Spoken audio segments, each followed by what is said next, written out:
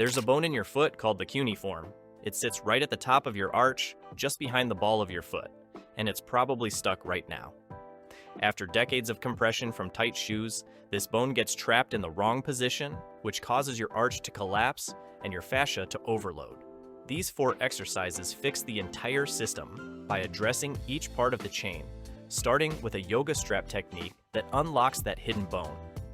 After 40, your foot muscle strength drops by 30%, your ankle stiffens, and your arch starts to flatten. But these aren't separate problems. They're all connected. When your ankle can't move properly, your foot compensates by trapping the cuneiform, which means your arch muscles stop working, which overloads your plantar fascia. That cascade is what creates the pain. These 4 exercises break that cycle by targeting each link in the chain, and we're starting with the bone that caused the problem in the first place.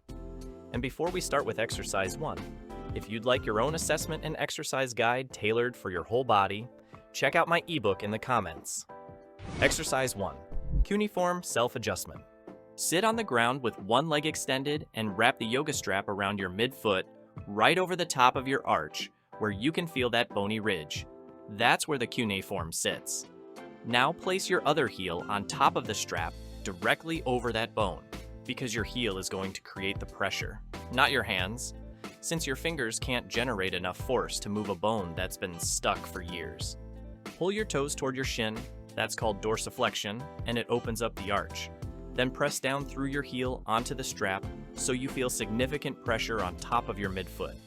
Point your toes away to relax, then pull them back toward your shin and press down again. Repeat this 15 to 20 times and you might feel a small click or pop. That's the bone mobilizing back into place. This technique works because it mimics what a physical therapist would do manually, but you're using body weight and leverage through the strap to generate the force you need. Do this 2 to 3 times per week when you first start. And if your foot feels stiff in the morning or after sitting, this becomes your reset button. That handles the stuck bone. But if the muscles around it are weak, it'll just get stuck again. That's where exercise 2 comes in. Exercise 2. Short foot exercise. This exercise builds the intrinsic muscles that keep your arch stable so the bone doesn't get trapped again. These muscles are like your foot's core. When they're strong, they support your arch and take load off the plantar fascia, which is that thick band running along the bottom of your foot from heel to toes. But after 40, research shows these muscles shrink by nearly 30%. Sit in a chair with your feet flat on the ground and keep your toes completely relaxed without curling them. Now, without moving your toes, draw the ball of your foot toward your heel so you see your arch rise or dome. That's the movement, and it's subtle. You're shortening your foot by about an inch while holding that dome for 5 seconds, then relaxing. Start with 2 sets of 10 reps, twice a day. The most common mistake is curling your toes, which means you're using the wrong muscles. Keep your toes flat and relaxed, and focus on lifting the arch from the middle of your foot. Once you can do this seated, progress to standing, then to standing on one leg, because the goal is training these muscles to activate automatically during walking and standing. Studies show that consistent short foot training increases arch height, improves balance, and reduces fall risk in older adults. It takes 4 to 6 weeks to see results, but those results last because you've built actual strength. Now we've restored mobility and built strength, but if the fascia is inflamed and painful, you need immediate relief. That's exercise 3.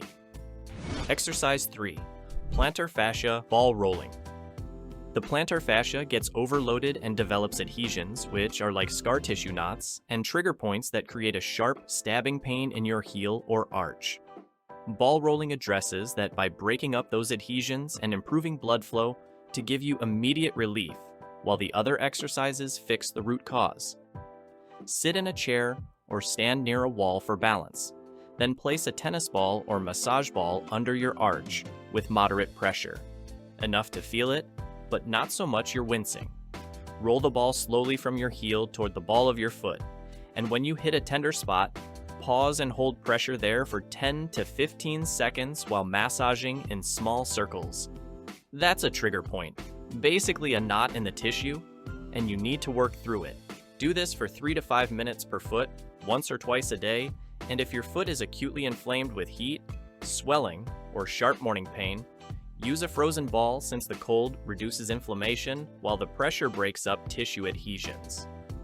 Rolling will provide 30 to 60 minutes of relief before symptoms return, which is why you need to do it consistently and pair it with the other exercises. Research comparing foam rolling to stretching shows that rolling is more effective at increasing tissue resilience and actually changes how your brain processes pain signals from the foot. 3 exercises down, but there's one more piece missing, and it's not even in your foot, it's your ankle. Exercise 4. Ankle dorsiflexion mobilization. If your ankle can't move properly, your foot pays the price and pulls your toes toward your shin, forcing your foot to compensate rolling inward. That extra pronation is what traps the cuneiform in the first place, and after 40, ankle mobility drops significantly as cartilage loses water content and the joint gets stiff. Stretching your calf won't fix this because the problem isn't muscle tightness, it's joint restriction, which means you need to mobilize the joint itself using a resistance band. Loop the band around your ankle at the base of your toes and anchor it behind you at ankle height. Then step away to create tension so the band pulls your foot backward. Get into a half-kneeling position, that's one knee on the ground, one foot forward, with your banded leg in front, and place your front foot on a small weight plate or book to create a fulcrum. Now drive your knee forward over your toes while the band pulls your ankle backward, which creates a posterior glide, that means backward movement, of the talus bone, which is the ankle bone that sits between your shin and heel. That's the mobilization you need. Hold the end position for 2 to 3 seconds, and you should feel a deep stretch in your ankle joint, not your calf. If you feel it in your calf, the band is positioned too high and needs to move down onto your foot. Do 20 reps per leg, 3 to 4 times per week, and you'll notice an immediate increase in range of motion that becomes permanent over 4 to 6 weeks. Research shows that banded joint mobilization is significantly more effective than static stretching for improving ankle range of motion, and improved ankle mobility directly reduces midfoot stress, which keeps your cuneiform moving freely and your arch supported. So now you have all 4 exercises, but here's why they work better together than alone. The ankle mobilization prevents compensatory pronation, the cuneiform adjustment restores midfoot mechanics, the short foot exercise builds active arch support, and the ball rolling manages tissue inflammation. Start with the cuneiform adjustment and ball rolling in your first week. Add the short foot and ankle work in week 2, and by week 4, you'll notice less pain, better mobility, and stronger feet. Thanks for watching, and remember, the aim of the game is to stay in the game. Subscribe to join a community of people trying to stay fit and healthy for as long as possible.